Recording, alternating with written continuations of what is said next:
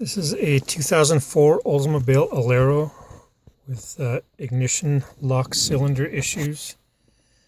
It got to the point where the key would not turn no matter what we tried. So in order to replace it, what you have to do is you have to pry off this cover, and you can just get in there with a screwdriver and pry it right off. And then you had to pry off this face off of the cylinder to be able to get in with some tools on the side here. So fashioned a tool out of a sturdy paper clip to be able to reach the little bar in there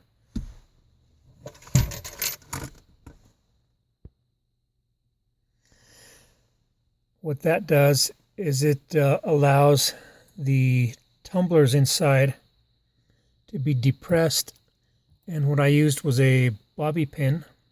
I just straightened it out, and while holding tension on this sideways, you're able to push down all of the tumblers. This is without having the proper tools. I just fashioned my own. You push all the tumblers down to where they're all down in the off position. Then you could turn the key with a screwdriver, because if it's in the off position, you'll never get it out. So you have to get it to turn. And there's other videos that show you how to do that. So once it was in that position, let me show you the new one. This is the new lock cylinder. It has a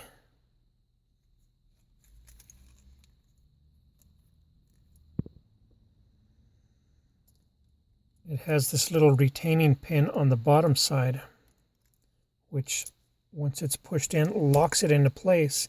So in order to pull that out, you have to get behind it and push on that pin so it'll slide out.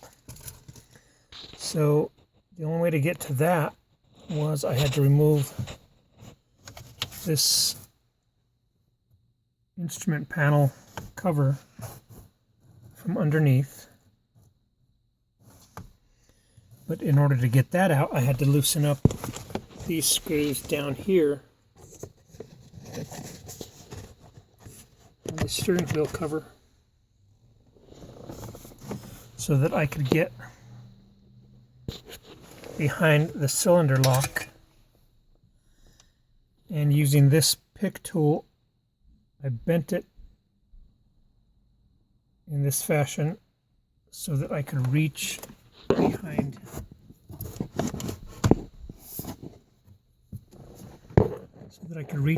here. I don't know if you can see that or not.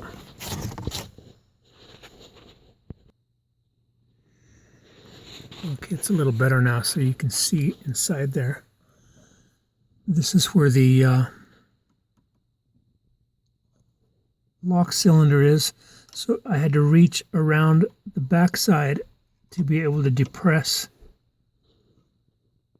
that that latch, that release latch. So you just have to work your way in there and feel as you're pulling to get to the right spot. And once you depress that, then you'll feel it release, or you can pull it out. But again, it has to be in the on position, otherwise it's not going to come out.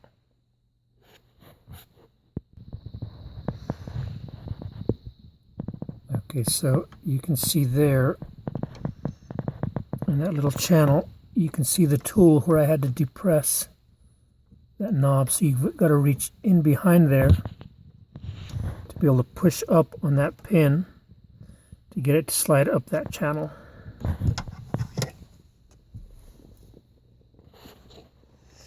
Now to install the new one, you just reverse the procedure. You just line up the channels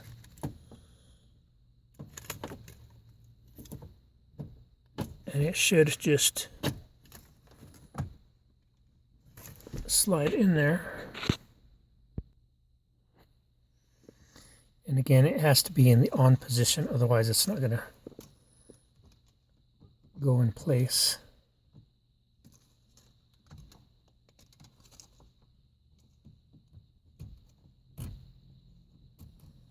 So it's in place now. Locked in place with a new shiny faceplate on there. And now I'll have to follow the recommendations, because it's got the anti-theft chip in there, which is this thing here. And have to follow the procedure on how to reset that. So after you've installed it, it says attempt to start it. It'll start and stall right away. It'll stall, which it did. It turned off. And then it says observe the security light. Well, let me jump back. It says leave it in the on position after you attempt to start it once. And then you'll see the security light flashing. And when that turns off, attempt to start it again, and it should reset itself. But you have to wait till that security stops flashing, which may take up to 10 minutes.